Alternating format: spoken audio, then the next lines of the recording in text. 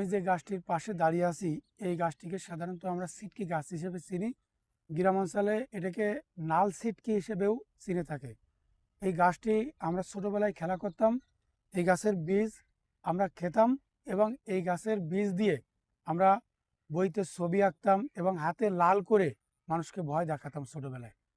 এই গাছের কিছু ওষুধি গুণাগুণ আছে, যেমন যাদের মাড়ির সমস্যা, দাঁতে ব্যথা হয়, মাড়ি দিয়ে রক্ত পড়ে, তারা এই গাছের ডাল দিয়ে মিসাক করলে সাধারণত দ্রুত ব্যথা এবং মাড়ির সমস্যা থেকে মুক্তি মেলে। ডায়রিয়ার চিকিৎসায় এই গাছের পাতা এবং ছালের নির্যাস চমৎকারভাবে কাজ করে। লোকজ চিকিৎসায় এখনও এগুলো গ্রামের কবিরাজরা ব্যবহার করে থাকে। এছাড়া চুলকুনি, পাঁচড়াও, ফুসকুড়ি কমাতে এই গাছের ছাল ও বাকল চমৎকারভাবে কাজ করে। এগুলো গ্রামের কবিরাজরা এখনও ব্যবহার করে।